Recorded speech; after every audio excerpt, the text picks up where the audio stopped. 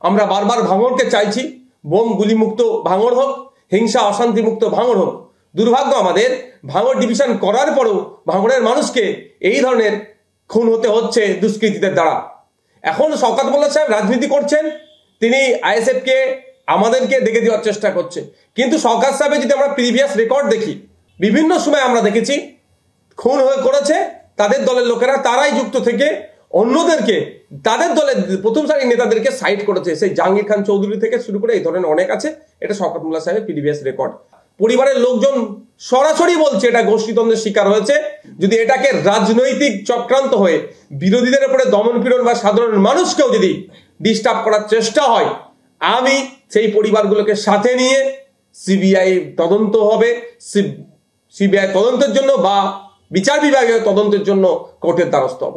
এই যে খুনটা হয়েছে, শওকত মোল্লা সাহেবকে যদি সঠিকভাবে জিজ্ঞাসাবাদ করা হয়, এই খুনের অনেক রহস্য উন্মোচন হবে। আমি দায়িত্ব নিয়ে বলছি, এটা গোষ্ঠীদ্বন্দ্বের